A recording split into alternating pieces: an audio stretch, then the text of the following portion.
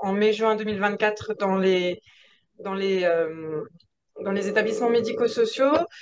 Euh, c'est une première présentation en fait pour que vous vous rendiez compte un petit peu de comment cette enquête va se dérouler et du temps éventuellement qu'elle pourrait vous prendre, voilà, et comment c'est organisé. Sachant que il y aura une deuxième réunion d'information plus tard dans l'année, au mois d'avril, un petit peu plus précise sur la façon de remplir les questionnaires et en particulier sur des situations cliniques avec des cas cliniques. Donc, ce sera un petit peu plus concret. Là, c'est vraiment pour vous présenter dans un premier temps le principe de cette enquête de prévalence. Donc, comme on n'est pas nombreux, si vous avez des questions, vous pouvez lever la main et je pense que Patricia vous donnera la parole dans ce cas-là. Et je vais partager mon Oui, écran pour commencer la présentation. Voilà. Vous voyez mon écran? Non? Ça vient? oui, on Oui, voit bien. très bien. Ok, très bien. Donc, tout d'abord, je vais vous présenter. Alors, je ne peux pas me mettre en plein écran parce qu'à chaque fois que je change, mon écran disparaît. Donc, je vais rester comme ça sur les diapositives non en plein écran. Donc, dans un premier temps, je vais vous présenter un petit peu le contexte, l'objectif et la méthode de l'enquête. Je ne sais pas si vous avez participé aux enquêtes nationales précédentes, mais en tout cas, c'est la troisième enquête nationale de prévalence qui a lieu dans les établissements médico-sociaux. On a un petit peu le pendant de cette enquête qui se déroule également dans les établissements de santé. En établissement de santé, la dernière avait eu lieu en 2022. Donc pour les établissements médico-sociaux, la première enquête avait eu lieu en 2010 et la deuxième en 2016. Et vous voyez que en 2010, il y avait une participation assez faible des établissements sociaux. 65 établissements avaient participé. En 2016, on avait bien augmenté la participation. On avait 367 EHPAD qui avaient participé à cette enquête, incluant du coup à peu près un petit peu moins de 30 000 résidents. Et ce que ça nous avait permis au niveau national de repérer comme chiffres principaux, c'est qu'on avait une prévalence des résidents infectés qui était proche de 3% et une prévalence des résidents qui sont traités par antibiotiques, là aussi à peu près un petit peu moins, hein, autour de 3%, on va dire, 3,13% la première fois et 2,76% la deuxième fois. Cette enquête, donc, elle est nationale, mais il faut savoir qu'il y a un pendant européen qui existe, à laquelle la France n'a pas participé jusqu'à présent. Mais pour cette enquête nationale 2024, en fait, il y aura une participation de la France, ce qui explique hein, que le protocole a évolué un petit peu entre 2010-2016 et cette année pour finalement être compatible avec le protocole européen. Voilà les principaux chiffres des années précédentes. Au niveau du pilotage de l'enquête, comme je viens de vous le dire, il y a un groupe de travail qui est européen, hein, qui va coordonner les enquêtes de prévalence des différents pays et donc des groupes de pilotage nationaux dans chacun des pays participants. Et ce groupe de travail est coordonné au niveau de la France par Santé publique France et au niveau régional par les différents CEPIAS.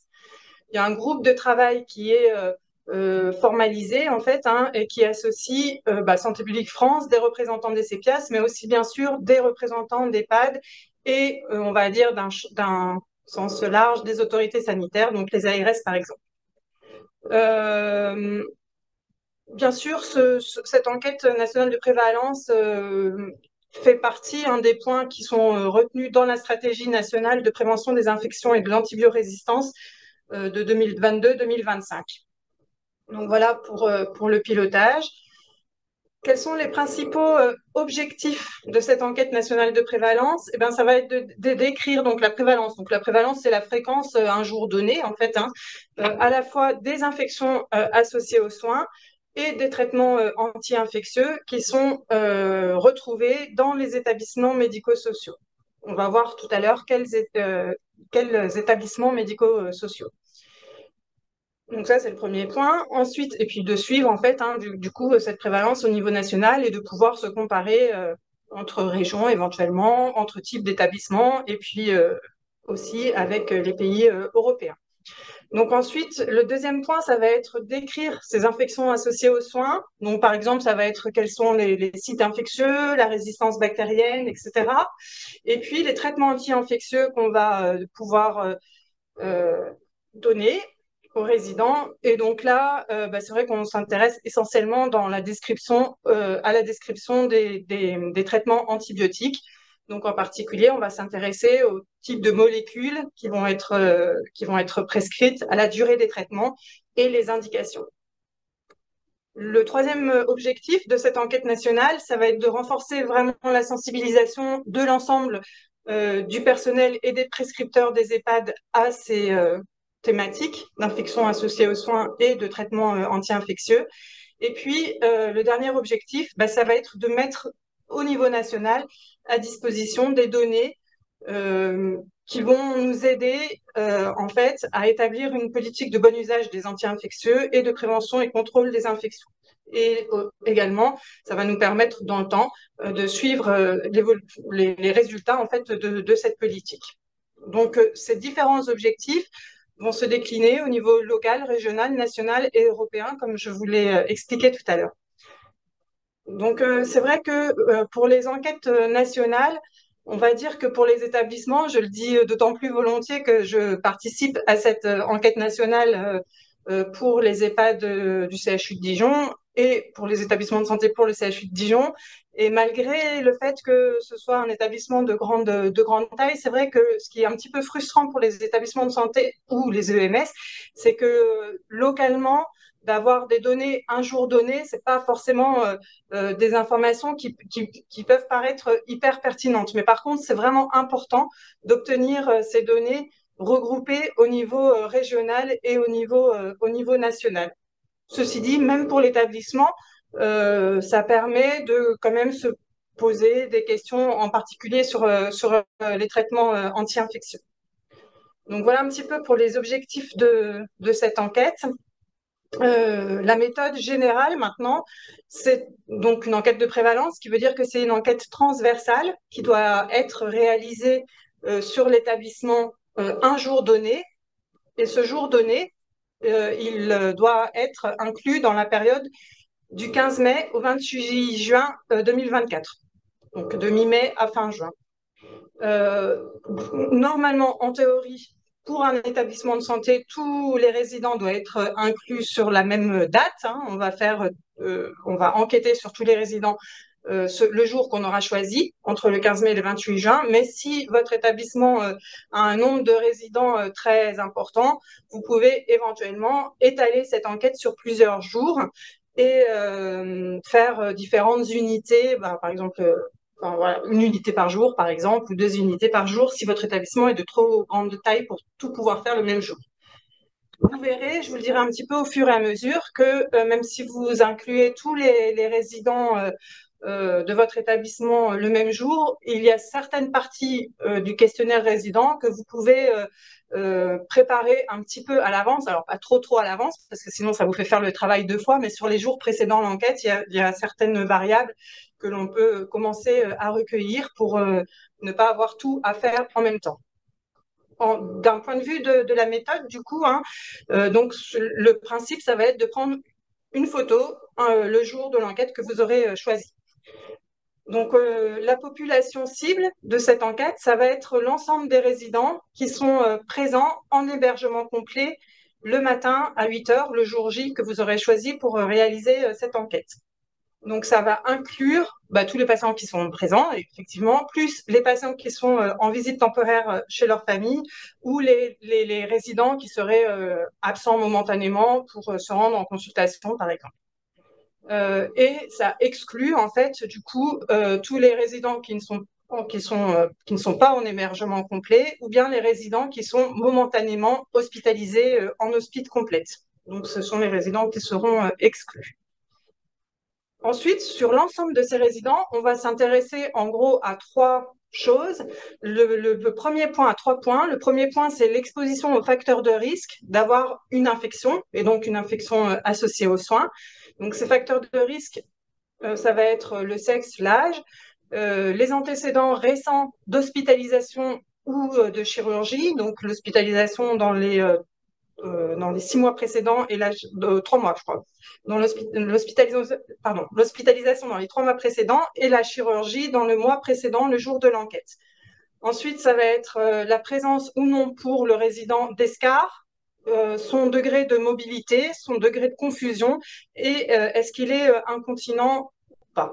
Donc, ce sont l'exposition aux facteurs de risque qui ont été retenus pour cette enquête de prévalence. Ils sont spécifiques aux établissements médico-sociaux. On a euh, d'autres critères dans les établissements de santé. Alors, je m'aperçois que j'ai oublié de mettre des dispositifs invasifs, mais je vais y revenir tout à l'heure. Dans l'exposition aux facteurs de risque, on a également est-ce que le patient est, le jour de l'enquête ou non, porteur d'un dispositif invasif. Donc ça, c'est l'exposition aux facteurs de risque. Et finalement, cette information va être à recueillir pour l'ensemble des résidents inclus dans l'enquête. Ensuite, on va, pour chaque résident, regarder s'il a ou non une infection associée aux soins. Donc, sachant que on va compter dans cette enquête toutes les infections qui sont en cours le jour J. Ça veut dire les infections qui ne sont encore non guéries. Donc, le non guéri, c'est parfois un petit peu compliqué, mais les définitions, globalement, ça va être soit des infections pour lesquelles le traitement, s'il y en a un, est encore en cours, soit des infections pour lesquelles le traitement, s'il y en a un prévu, n'est pas encore débuté, ou bien encore, s'il n'y a pas de traitement, une infection pour laquelle le patient présente toujours, le jour de l'enquête, des symptômes. Donc, globalement, ça va être des infections qui sont en cours que vous allez pouvoir identifier, mais on va aussi inclure de nouveaux cas, donc c'est-à-dire les infections qui sont déclarées le jour de l'enquête. Donc, une fois que si le résident présente une infection, on verra tout à l'heure que il va y avoir un certain nombre de données à recueillir sur ces infections. Ensuite, on va s'intéresser, dernier point, à la prévalence des traitements anti-infectieux. Donc, pour chaque résident, là encore, il va falloir colliger l'information. Est-ce qu'il y a un traitement anti-infectieux en cours ou non? Et du coup, les traitements anti-infectieux auxquels on va s'intéresser, ça va être les traitements anti-infectieux qui sont donnés par voie générale. Donc, ça exclut hein, les traitements par voie locale. Et les traitements anti-infectieux auxquels on s'intéresse sont les antibiotiques, les antituberculeux, les antifongiques et, uniquement pour le Covid, les antiviraux.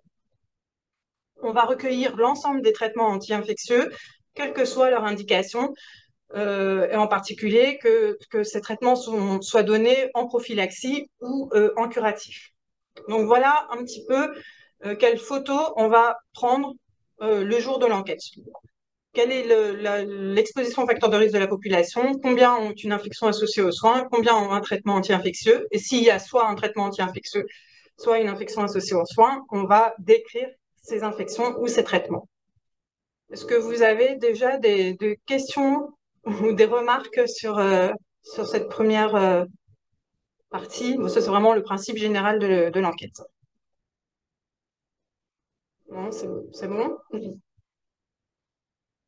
Donc, du coup, la participation à cette enquête, hein, elle est basée sur le volontariat, c'est-à-dire que tout établissement médico-social peut participer à cette enquête et elle va concerner pour la première fois euh, les établissements médico-sociaux suivants, donc les EHPAD, les MAS, les femmes et les EAM. Je dis pour la première fois parce que jusqu'à présent, les 2 premières enquêtes n'avaient inclus que les EHPAD. Voilà. Donc, on a cette année en plus les MAS, les femmes et les EAM. Donc, tout établissement en France médico-social qui fait partie de ces catégories d'établissements peuvent participer. Mais il y a un échantillon national qui a été tiré au sort par Santé publique France. Donc, c'est plusieurs centaines d'établissements qui ont été tirés au sort et qui sont donc, il ne s'agit que d'EHPAD, hein, là, on n'a pas les MAS, les femmes ni les EAM, et cet échantillon national stratifié représente un échantillon représentatif des EHPAD en France. Donc, si vous êtes là aujourd'hui, normalement, c'est que vous avez étaient tirés au sort pour participer. Et c'est vrai qu'on compte sur la participation en particulier des établissements qui ont été tirés au sort, parce que sinon, bah, du coup, les données ne seront pas forcément représentatives de l'ensemble des établissements français. Donc, voilà un petit peu pour la méthode. Ce qu'on peut retenir, je ne l'ai pas marqué là, mais c'est qu'en 2013, euh, tous les établissements enfin, à la dernière enquête de prévalence, tous les établissements pouvaient participer, mais il y avait uniquement les établissements qui étaient tirés au sort qui ont été analysés au niveau national. Il faut savoir que là, cette année, il est prévu que Santé publique France utilise les données de tous les établissements qui ont participé à l'enquête, donc ce qui est quand même plus valorisant. Et voilà, ça incite quand même les établissements à participer.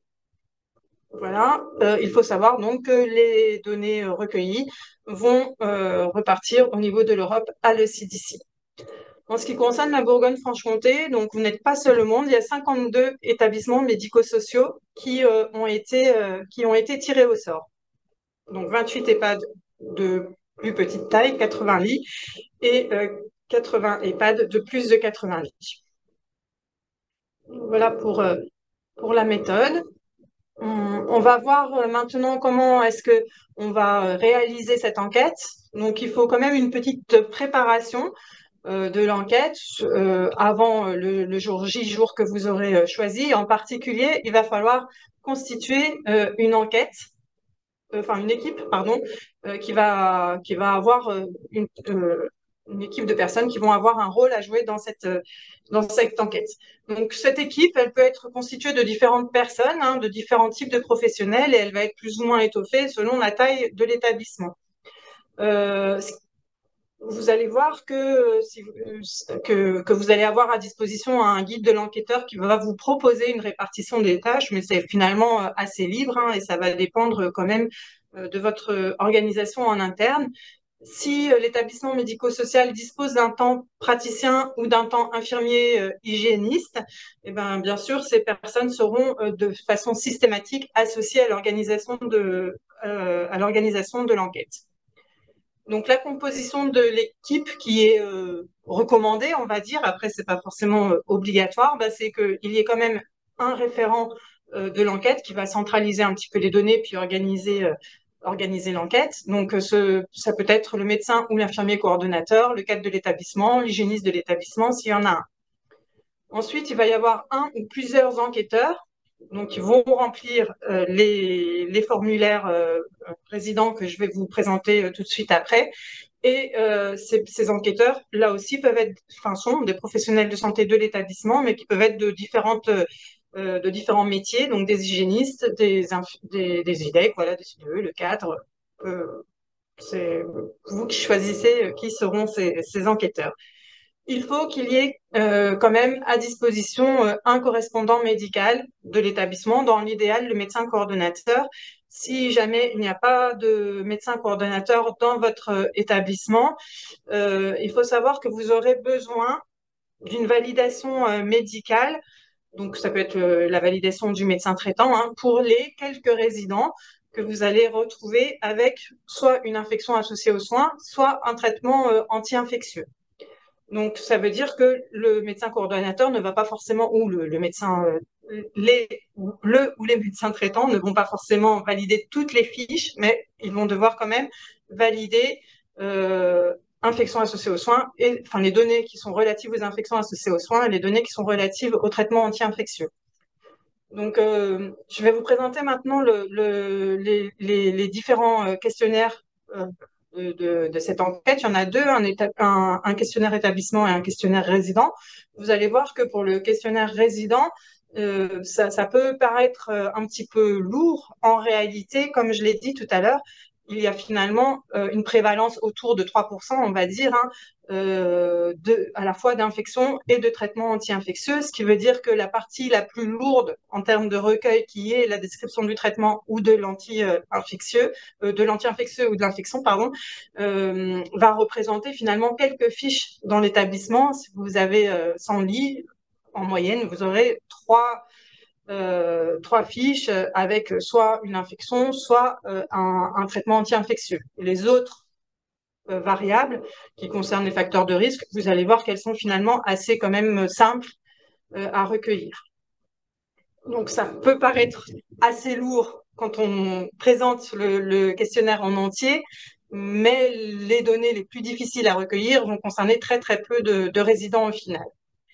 Donc cette enquête, elle va se réaliser donc au moyen de 2 questionnaires. Donc un questionnaire établissement que je vais vous présenter tout de suite. Donc ce questionnaire établissement, il y aura quelques données qui seront pré-remplies. Donc il va y avoir des données administratives qui sont des données assez classiques, hein, la raison sociale, le finesse géographique, finesse juridique, etc., l'adresse. Ça, c'est des choses que vous connaissez et qui sont faciles à recueillir, et c'est cette partie-là qui sera pré-remplie. Ensuite, pardon, je passe un peu vite à la diapo d'après. Ensuite, on a le périmètre de l'enquête. Donc là, il y a plusieurs situations qui peuvent se présenter.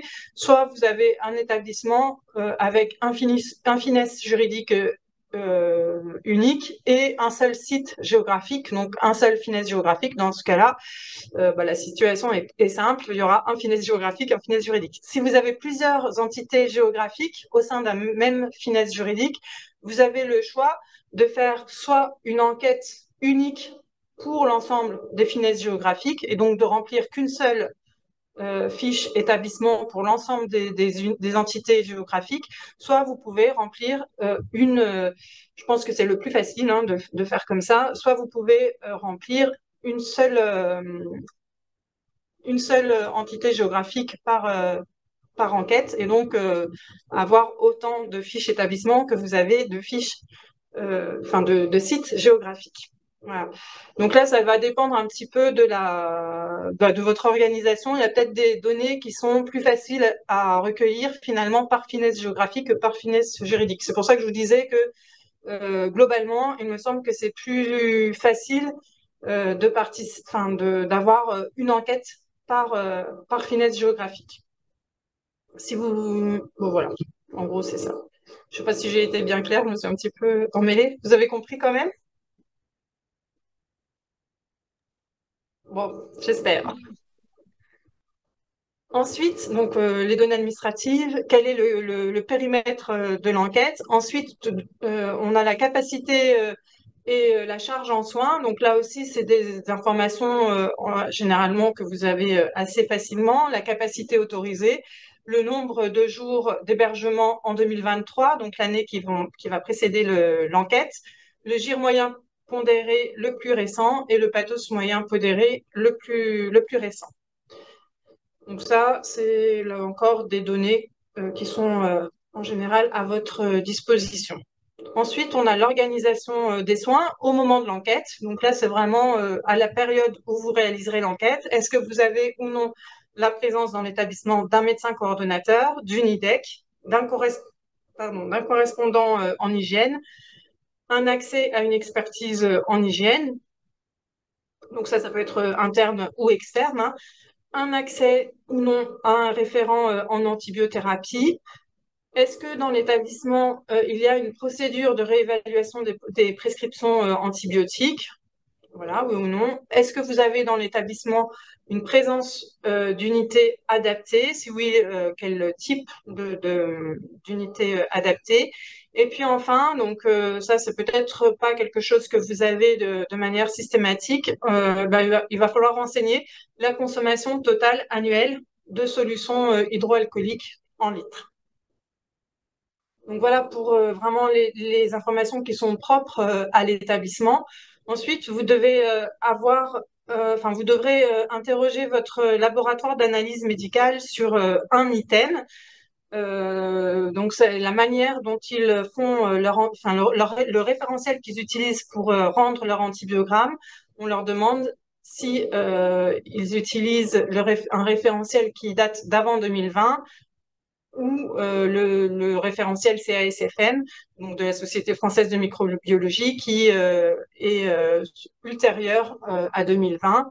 parce qu'il y a quand même des façons de rendre les antibiogrammes qui sont très différentes entre ces deux périodes. Donc, de plus en plus, les laboratoires de microbiologie rendent selon un référentiel qui est postérieur à 2020.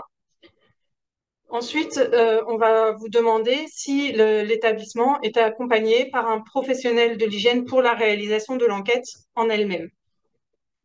Oui ou non? Et si oui, à qui appartient, enfin, qui est ce professionnel? Est-ce qu'il est un professionnel de l'établissement lui-même, d'une équipe de territoire, d'un établissement de santé si vous êtes adossé à un établissement de santé, voilà, ou autre personne. Et puis enfin, dernier item, on vous demande s'il y a eu ou non une validation médicale des infections associées aux soins et des traitements anti-infectieux. Mais c'est ce que je vous disais, s'il n'y a pas de validation médicale, que ce soit par le médecin coordonnateur ou par le médecin traitant du résident, c'est un petit peu compliqué de participer à l'enquête. Ouais. Donc ça, c'était le questionnaire établissement. Je ne sais pas si vous avez des questions. Donc en général, c'est quand même des données qui sont faciles à recueillir. Peut-être que celle que vous n'avez pas systématiquement, c'est la consommation totale annuelle en litres de solution hydroalcoolique. On va passer maintenant au questionnaire résident. Donc ce questionnaire, il est à remplir pour chaque résident qui est présent le jour de l'enquête en hébergement complet. Et ça, c'est un petit peu différent des deux enquêtes précédentes où finalement, on vous demandait à la fin une synthèse de l'exposition aux facteurs de risque, mais on ne vous demandait pas de remplir résident par résident ces facteurs de risque. Au final, ça revient au même parce que pour avoir une synthèse, il faut bien avoir quand même les données de chaque résident. Donc là, on a bien une fiche par résident. Et puis, bien sûr, on va avoir l'investigation de l'infection associée aux soins ou du traitement anti-infectieux quand il y a lieu. Donc, le questionnaire résident, là aussi, il va se présenter sous forme enfin, il y a plusieurs pavés, en fait, hein, un pavé identifiant du résident qui est assez simple, c'est un numéro. Donc, on va vous demander sur la fiche papier de renseigner le nom et le prénom du résident pour que vous puissiez, le cas échéant, revenir sur cette fiche. Si, par exemple, vous attendez de la bactério ou un résultat d'analyse pour ce résident. Bien sûr, le nom et le prénom ne sera pas saisi dans l'application, mais sinon, bah, il y aura un numéro de fiche qui sera attribué au moment de la saisie par l'application sur laquelle vous allez faire la saisie des données, et puis la date à laquelle vous avez réalisé cette enquête. Oups là. Ensuite, on a les caractéristiques du résident. Donc, c'est l'exposition à ces facteurs de risque. Donc, on va vous demander dans ce cadre-là l'année de naissance du résident, son sexe, le code de vie de l'unité si vous avez plusieurs unités dans votre établissement. Est-ce que c'est un accueil en unité adaptée ou non? Si oui, quel type d'unité adaptée? Ensuite, ben, on arrive au facteur de risque que je vous ai présenté tout à l'heure. Est-ce que le résident a eu une hospitalisation dans les 3 mois précédant l'enquête? Est-ce qu'il a eu une intervention chirurgicale dans les 30 jours qui ont précédé cette enquête? Et puis enfin, est-ce que le patient présente des escarres? Et si oui, on va vous demander de préciser le grade de ces escarres, la désorientation du patient, son degré de mobilité et puis son incontinence. Voilà. Donc pour chaque item, vous allez avoir une définition dans le guide de l'enquêteur qui vous dira, qui vous orientera si besoin sur la façon de coder ces items. Donc ce sont ces items dont je vous parlais qui généralement n'évoluent pas très très vite au cours du temps et pour lesquels vous pourrez, si besoin, préparer dans les jours précédant l'enquête en fait le recueil de ces données et le jour de l'enquête, juste vérifier que rien n'a changé. Voilà. Donc ça vous permet dans votre organisation peut-être de pouvoir aller plus vite le jour J. Donc ça, ce sont les caractéristiques du résident. Ensuite, on a les items sur les dispositifs invasifs, donc qui sont là aussi des facteurs de risque d'infection. Et on s'intéresse à deux dispositifs invasifs dans cette enquête. La sonde urinaire, donc on va vous demander tout simplement si le résident est porteur ou non d'une sonde urinaire le jour de l'enquête, et les cathéters vasculaires, mais je dirais vasculaires plus sous-cutanés. Si oui, on va vous demander de préciser quel est le type de cathéter euh, que vous avez rencontré pour ce résident. Donc, vous avez les différents types de cathéters possibles avec le midline qui a été rajouté par rapport aux enquêtes précédentes. Donc là, c'est vrai que c'est mieux de le remplir le jour J, jour de l'enquête. Donc ça, c'est là où il n'y a pas forcément besoin d'avoir une validation médicale de ces données. Mais par contre, on va rentrer un petit peu plus dans le dur du sujet avec les deux pavés suivants. Et là, ça va nécessiter effectivement une validation médicale. Donc le premier pavé, enfin le troisième du coup, mais le premier dans ce cadre-là, concerne les traitements anti-infectieux. Donc au minimum, pour chaque résident, vous devez répondre oui ou non. Et puis s'il y a un traitement anti-infectieux, on doit décrire ce ou ces traitements anti-infectieux. Donc je vous rappelle, c'est antibiotiques, antituberculeux, antifongiques et puis antiviraux, anti-Covid, qui sont donnés par voie générale. Donc, vous pouvez remplir jusqu'à 4 anti-infectieux par résident. Et pour chacun de ces anti-infectieux, vous allez devoir renseigner le nom de cet anti-infectieux, donc quelle molécule est utilisée, quelle est sa voie d'administration. Donc, je vous rappelle que ce sont les anti-infectieux qui sont donnés par voie générale, donc IV, IM, sous-cutané, oral ou inhalation. Quelle est la durée prévue du traitement en jours? Donc, c'est peut-être une des informations qui est la plus compliquée à recueillir avec les deux suivantes. Donc, le contexte de prescription, est-ce que c'est curatif ou prophylactique? Donc, ça, c'est pas encore trop compliqué. Mais aussi, quel est le diagnostic associé au traitement? Donc, pour quelle infection, si c'est curatif, pour quelle infection le traitement a été prescrit? Donc là, vous aurez une liste de codes qui reprend les différents types d'infections. Ensuite, on va vous demander si cette antibiothérapie, s'il s'agit d'une antibiothérapie, a été réévaluée et si oui, est-ce qu'elle a été réévaluée comme c'est recommandé dans les 72 heures ou si elle a été recommandée pour une raison quelconque après 72 heures. Donc là aussi, vous aurez besoin probablement du médecin pour vous aider à répondre à cette question. Et puis, dernière question, quel est le lieu de prescription de cet antibiotique, donc là où elle a été initiée en fait? Est-ce qu'il s'agissait de l'EMS lui-même ou est-ce que c'était au cours d'une hospitalisation, un établissement de santé ou dans un autre lieu? Donc voilà pour le traitement anti-infectieux. Je sais, si vous avez des questions, n'hésitez pas. Sinon, je continue. Donc, je Il continue. y avait Du coup, une question, oui, il y avait une question, mais ça concernait le questionnaire établissement. oui. Alors, je ne sais pas Bon, on si on y l'apprendra peut-être revient à tout la de fin suite. alors. Oui, À oui, la oui, ok. fin. On Oui. l'apprendra, on l'apprendra à la fin. Très bien. Et donc, du coup, on en arrive au dernier pavé, qui est le pavé infection associée aux soins.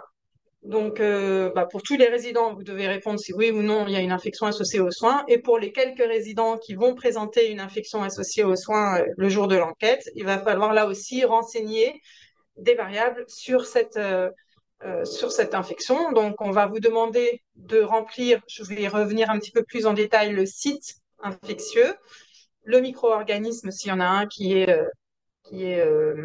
identifié, et s'il s'agit d'une bactérie, pour certaines espèces, la sensibilité à différents antibiotiques.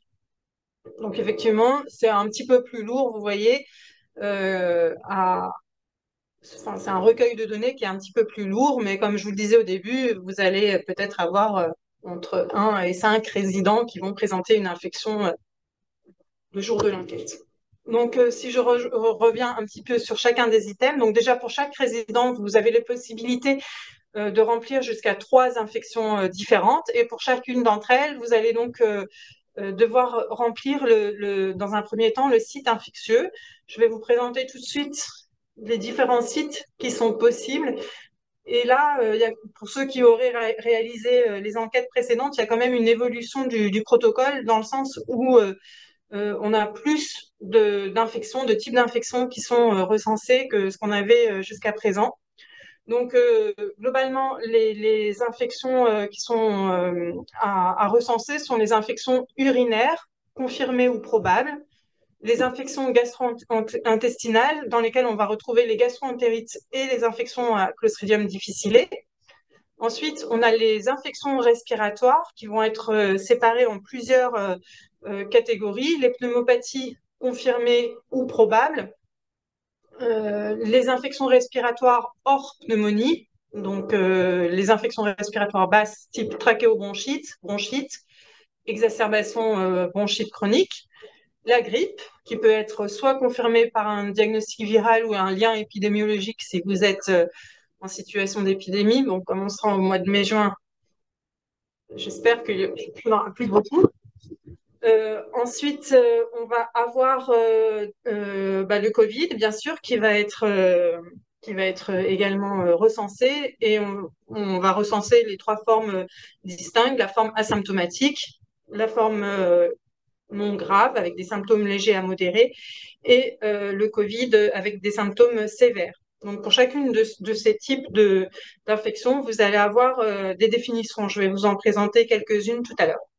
Ensuite, on a les infections ORL, avec en particulier les infections angines à streptocoque du groupe A et les infections buccales.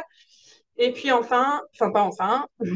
gros groupe des infections cutanées, donc avec les infections de la peau et des tissus mous, ou les cellulites, l'herpès ou le zona, les infections fongiques, les infections d'escarres ou de plaies chroniques, qui sont bien différenciées des autres, la gale, qui peut être elle aussi soit confirmée, soit probable, et puis les infections locales liées à un cathéter.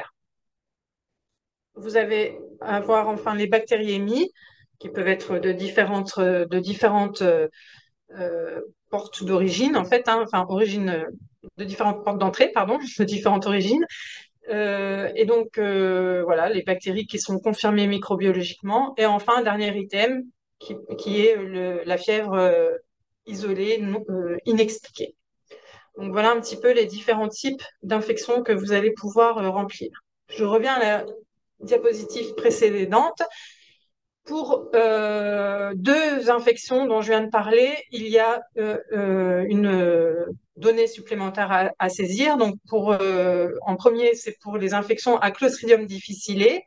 Vous allez devoir remplir, là aussi, c'est selon des définitions qui vous seront proposées, si l'acquisition de l'infection dans l'établissement dont vous faites partie est certaine ou possible. Donc là, ça va dépendre en gros de où se trouvait le résident pendant les jours qui ont précédé cette infection à Clostridium difficile, et en gros si c'est possiblement lié à un établissement de santé ou pas. Et puis deuxième point, si vous avez une infection sur cathéter, on va vous demander de renseigner le type de cathéter qui est à l'origine de l'infection. Donc voilà, si c'est un cathéter veineux périphérique, sous-cutané ou autre type de cathéter. Je vais finir ça d'abord, puis je reviendrai après sur les définitions des différents types d'infections. Donc voilà, là on a décrit l'infection, on va décrire maintenant quel est le micro-organisme à l'origine de l'infection. Donc vous avez un premier item qui est justement le micro-organisme. On peut remplir jusqu'à 3 micro-organismes par infection. Bon, le plus souvent, il n'y en a qu'un seul, hein. Il peut y en avoir éventuellement plusieurs. Donc, en fait, dans le micro-organisme, vous allez déjà dans un premier temps coder s'il y a eu une recherche de micro-organismes ou non, s'il y a eu un examen paraclinique ou non, le CBU ou pas, voilà, si elle est faite ou non, puisqu'il y a beaucoup d'infections pour lesquelles il n'y a pas forcément nécessité de réaliser un prélèvement. Si il est effectué, est-ce que le micro-organisme a été identifié ou non? Et s'il a été identifié, ben, on va vous demander de remplir l'espèce en fait qui a été retrouvée. Et pour les bactéries, certaines espèces, donc le staph doré et les entérobactéries, on va dans un second temps vous demander la résistance à certains antibiotiques, à certaines familles d'antibiotiques pour ces entérobactéries et ces staph doré. Donc là, il va falloir regarder l'antibiogramme. Donc voilà un petit peu ce que l'on vous demande pour chaque infection. Je vais revenir sur les différents types d'infections. Comme je vous le disais, pour chacune d'entre elles, on a un arbre décisionnel qui nous permet de se dire oui, je suis vraiment dans ce cadre-là ou pas, et ce qu'on attend comme définition en fait pour chaque type d'infection. Donc, je vais vous présenter pas l'ensemble des organigrammes, mais quelques organigrammes pour vous montrer que ça prend en compte, bien sûr, et les arguments cliniques et les arguments paracliniques. Et donc, il faut suivre cet arbre décisionnel pour coder correctement les infections. Donc, je vais juste peut-être, si j'arrive, diminuer un tout petit peu, voilà, le zoom. Donc, dans un premier temps, les infections urinaires. Donc là, l'arbre décisionnel va être un petit peu différent selon que le patient est porteur ou non d'une sonde urinaire. Donc, pour les patients qui sont sans sonde urinaire, le premier point d'appel, on va dire, ça va être les signes cliniques et les symptômes. Et du coup, si le patient est asymptomatique, il n'aura pas d'infection. Voilà, l'infection ne sera pas codée, puisque c'est ce qui apparaît en premier dans l'arbre décisionnel. Donc, en premier, donc, on a la présence de signes ou de symptômes. Donc, au moins un des critères suivants parmi les trois. Donc, ce sont les critères classiques, hein, la dysurie, douleur aiguë, gonflement ou sensibilité des testicules, de l'épididyme, donc la prostate, donc les signes locaux. Ensuite, on a la fièvre ou la leucocytose et un des signes de localisation urinaire suivante. Je ne vais pas tous les citer, mais on a certains signes qui sont peut-être moins spécifiques de l'infection urinaire, mais qui, accompagnés de fièvre ou de leucocytose, peuvent orienter vers une infection urinaire. Et puis ensuite, troisième possibilité pour retenir cette infection urinaire, c'est l'absence de fièvre et de leucocytose, mais au moins deux signes de localisation urinaire suivants, donc douleur, sensibilité au niveau de la région suspubienne, hématurie macroscopique, aggravation, apparition d'une incontinence, aggravation, apparition de l'augmentation de la périodicité mictionnelle, aggravation, apparition récente de la fréquence mictionnelle. Donc voilà comment on code on code. Là, ça va pas vous être on va pas vous demander de saisir ces informations, mais comment vous allez arriver au diagnostic d'infection urinaire. Et puis donc, une fois que vous avez le signe clinique, vous pouvez avoir ou non réalisé le CBU. Selon qu'il est réalisé ou non, et c'est le résultat de cette CBU, vous allez pouvoir classer l'infection urinaire en infection urinaire confirmée ou en infection urinaire probable. Si vous avez un résident qui présente une sonde urinaire, là, en fait, ça suit les définitions classiques des infections urinaires, hein. Vous allez là aussi avoir une première démarche qui va s'appuyer sur les signes cliniques et les symptômes. Et deuxième étape, est-ce qu'il y a eu ou non un ECBU? Donc voilà un petit peu comment ça se présente.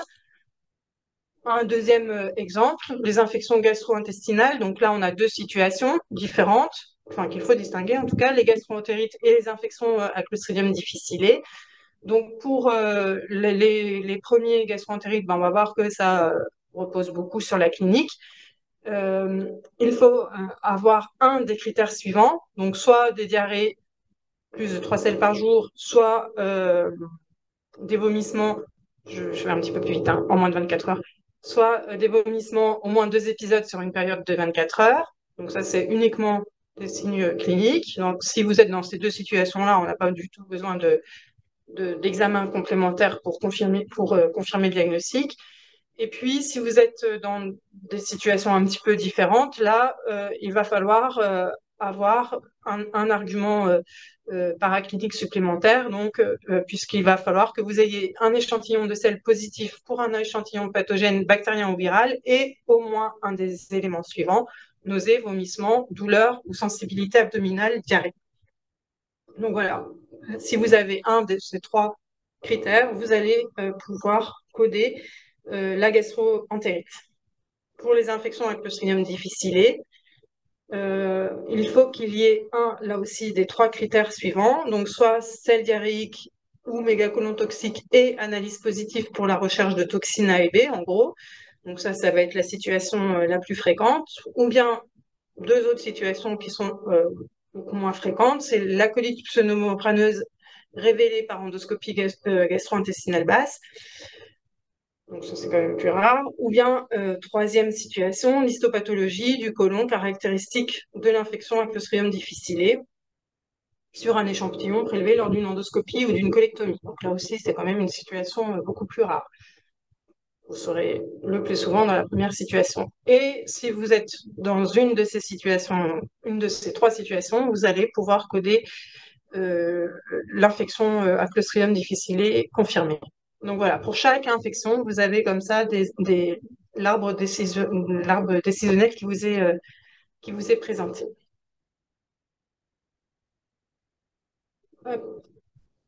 Euh, je l'avais préparé, mais je suis pas très sûre que ce soit tout à fait nécessaire. Les nouveautés par rapport aux enquêtes de prévalence précédentes, donc en particulier celle de 2016, je vais passer, je pense, ces diapositives parce que ça date un peu 2016 et vous vous rappelez probablement pas comment ça s'était passé, mais en gros, sur le type d'établissement, on a quand même cette année en plus les masses, les femmes et les EAM. On a plus d'infections, de types d'infections qui sont à recenser dans cette enquête par rapport aux enquêtes précédentes.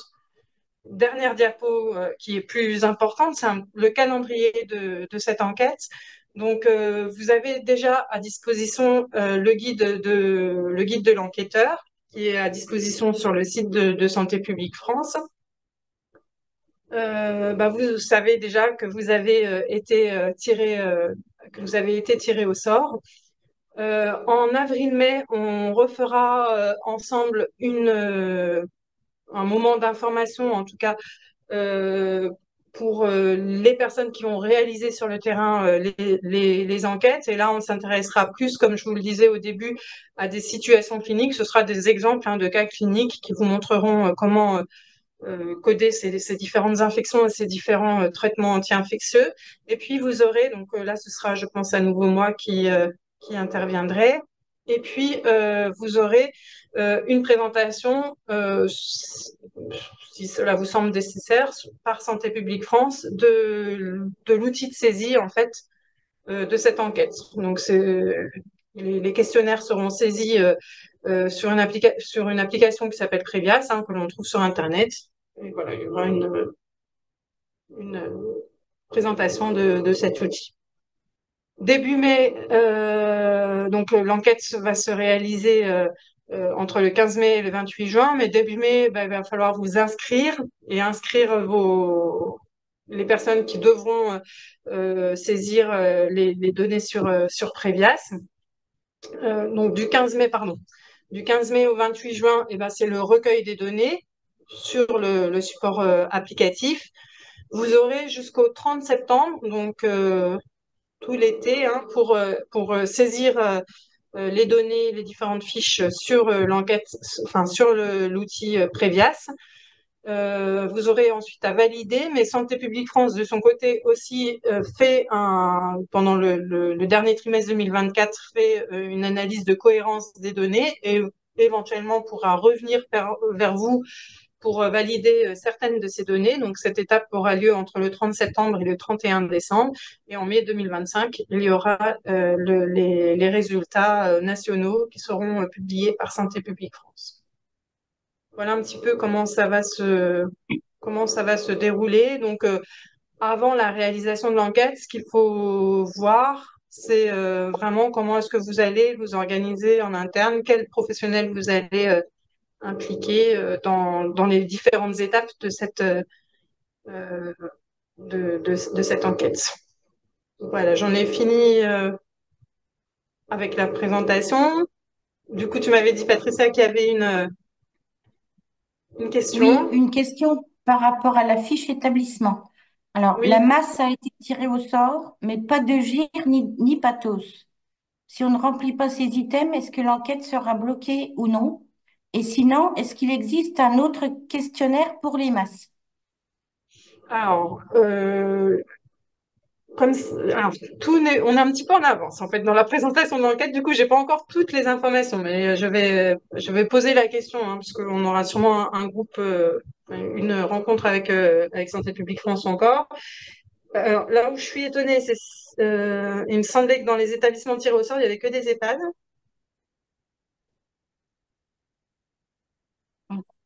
Il y a quelqu'un qui est dans une masse qui a été tirée au sort? Attendez. Oui, voilà, bonjour. Bonjour. Effectivement, dans la liste que nous avons reçue, il y a la Oui. masse du Val-Fleury de Dole qui fait partie des établissements qui a été tiré au sort. Bah, Donc, écoutez, je je vais viens me... de cette question. On a 5 EHPAD. Sur les 5 EHPAD, il y en a 4 qui ont été tirés au sort. Et en plus, D'accord. on a la masse du Val-Fleury de Dole. Je vais vérifier. Du coup, c'est pas la notion que j'avais, mais je vais vérifier. D'accord, Mm. merci.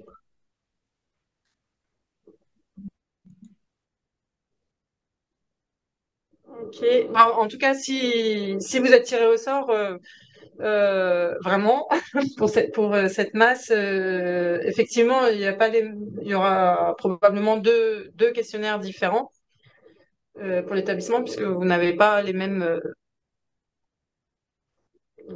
items à remplir. Je vais vérifier quand même. D'autres d'autres questions ou remarques? Pour l'instant, non, pas dans le chat en D'accord. tout cas. Ok. Donc peut-être juste un petit commentaire de ma part, puisque bah, moi-même je participe aux différentes enquêtes de prévalence, enfin, en tout cas à celles qui sont passées, et, bah, peut-être pour vous rassurer aussi sur la charge de travail que cela représente. Alors s'il y a des professionnels d'équipe d'hygiène là, parmi nous, euh, pour vous repréciser que quand même l'enquête réalisée en établissement médico-social, ça va être quelque chose de beaucoup moins chronophage et de beaucoup moins lourd que ce que l'on peut retrouver en établissement de santé. Bah, d'une part, parce que il y aura moins d'infections et moins de traitements anti-infectieux, donc moins de fiches complètes à remplir.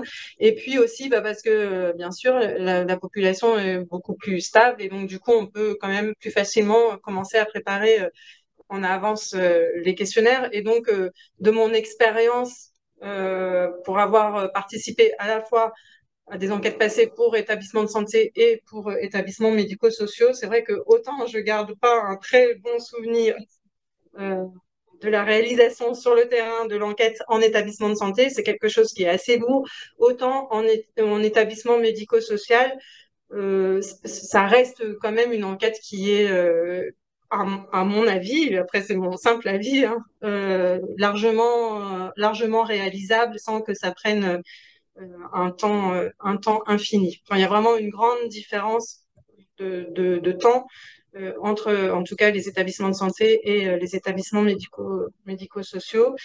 Et j'ai fait cette même présentation aux infirmières de territoire, d'hygiène de territoire, et c'est pour celles qui avaient fait les deux aussi euh, la conclusion qu'elles en avaient tirée, et pour celles qui avaient fait que les enquêtes en établissements médico-sociaux, l'enquête passée, elles ont aussi gardé un souvenir tout à fait favorable de cette enquête en établissement médico-social, et ça paraît quand même réalisable.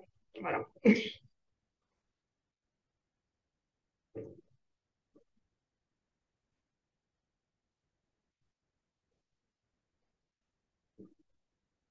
Bon, écoutez, s'il n'y a pas de questions, On va s'en arrêter là. Tu as quelque chose à rajouter, Patricia?